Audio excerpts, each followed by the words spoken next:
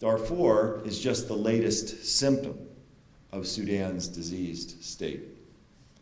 Now, to fight the rebellion in Darfur, this small-scale rebellion that had erupted in early 2003, the government decided to commit genocide, which is a unique crime, as Christopher talked about, in which the perpetrator intends, there has to be an intention, intends to destroy, in whole or in part, a particular group of people based solely on their identity.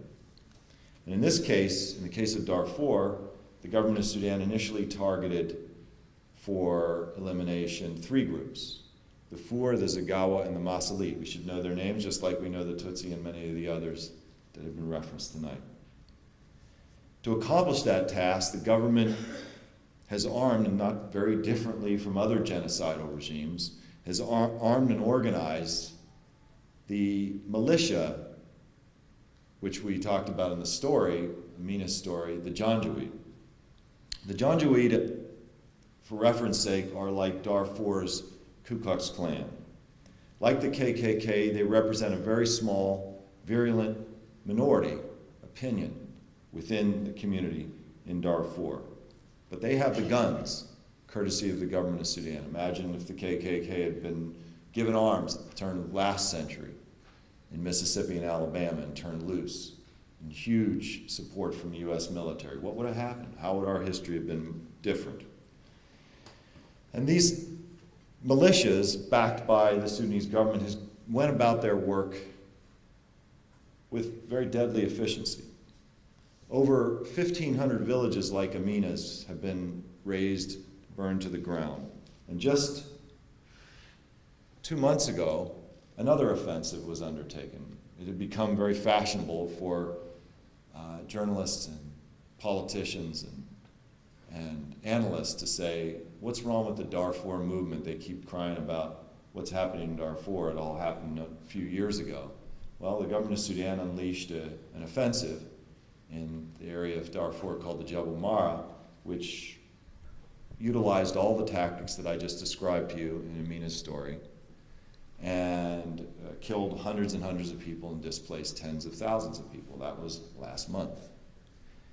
The government uses and supports these militias, and these militias undertake rape as a strategy of war and social control. Last time I checked in the Genocide Convention, rape as a war strategy qualifies as a genocidal war tactic.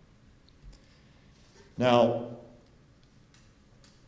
this is not just divide and conquer. This is divide and destroy. And the reason why the government is doing this, and there's always a reason. I would love to have Christopher come back up and we can talk about the political and economic rationale in each one of these cases. It's usually not just wild bloodletting like one would have believed if you'd listened to the Clinton administration talk about Rwanda early in the genocide there. No, it was a state-sponsored attempt to exterminate a particular group of people in order to maintain power by any means necessary. That's what we have again today in Sudan. And there are different phases and different faces of genocide. Just because there's not gas chambers or machetes or barbed wire doesn't mean genocide is not occurring. Read the convention and then study the tactics that are being undertaken on the ground. And it defies a soundbite. Complicated issues when one group is trying to destroy another group and the world is watching. They have to utilize all kinds of different methods in order to accomplish their objectives. So with this kind of human suffering, why hasn't the world intervened? Why hasn't the world stopped this bloodletting, this attempt to destroy groups of people in Darfur with all of the attention and all of the activism and all the support, all the political speeches that have been made about Darfur? Why hasn't anything happened yet to really stop what's going on there? Well, it turns out Sudan is a very unique place. And there are 3 of the world's great issues, the great issues of our time, which you run smack into when you're dealing with Sudan: Iraq, counterterrorism, and energy security. Very briefly, because we have to understand why, the forces that we are up against before we can understand what we can do about it.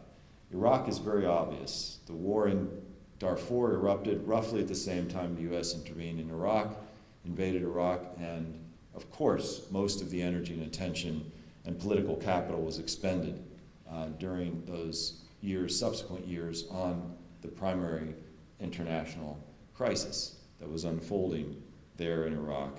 And Sudan got lots of good lip service, lots of speeches, but very little action in the form of meaningful political or much less military engagement. Secondly, counterterrorism. Now, how does counterterrorism and the war against terror relate to what is happening in the middle of the Sahara Desert? Well, it turns out Sudan hosted Osama bin Laden for 6 years during the 1990s. And Al-Qaeda incubated its commercial infrastructure, in part, in Sudan. And the relationships that the Sudanese government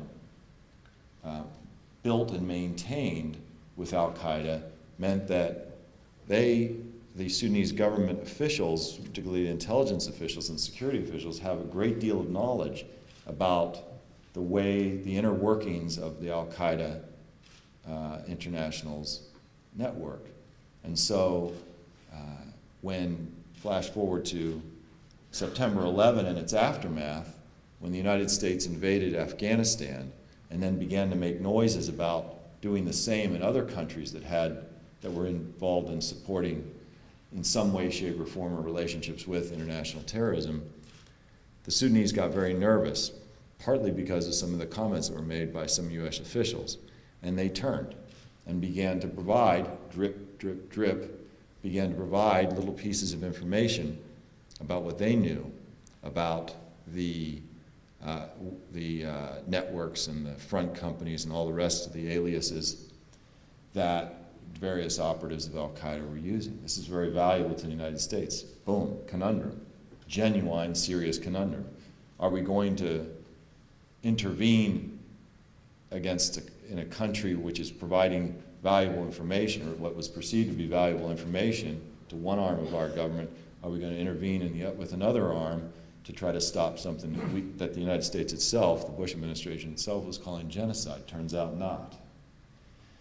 Third variable after Iraq and counterterrorism that prevented U.S. response was energy security. And what does that mean then in this context? Well, that in a word, China. China, in very simple terms, gets its oil differently. We buy our oil on a daily basis from the international spot market. China, over the last decades, has invested in particular countries, often countries that are spurned for whatever reasons by much of the rest of the international community. They invest heavily in those countries, and then they buy their energy needs, secure their energy needs straight from the countries that they've invested in. Sudan turns out is one of the countries they invested in a long time ago, and it's now coming to fruition.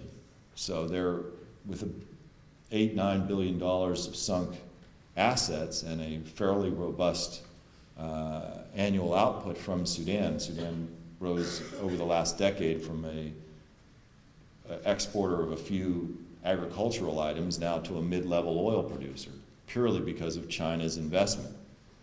And so China, of course, then defends Sudan in the context, in international fora, in the United Nations Security Council, sells arms to them, defying international arms embargoes, and this is a significant counterweight to the attempts by part of the rest of the international community to respond to what is going on there.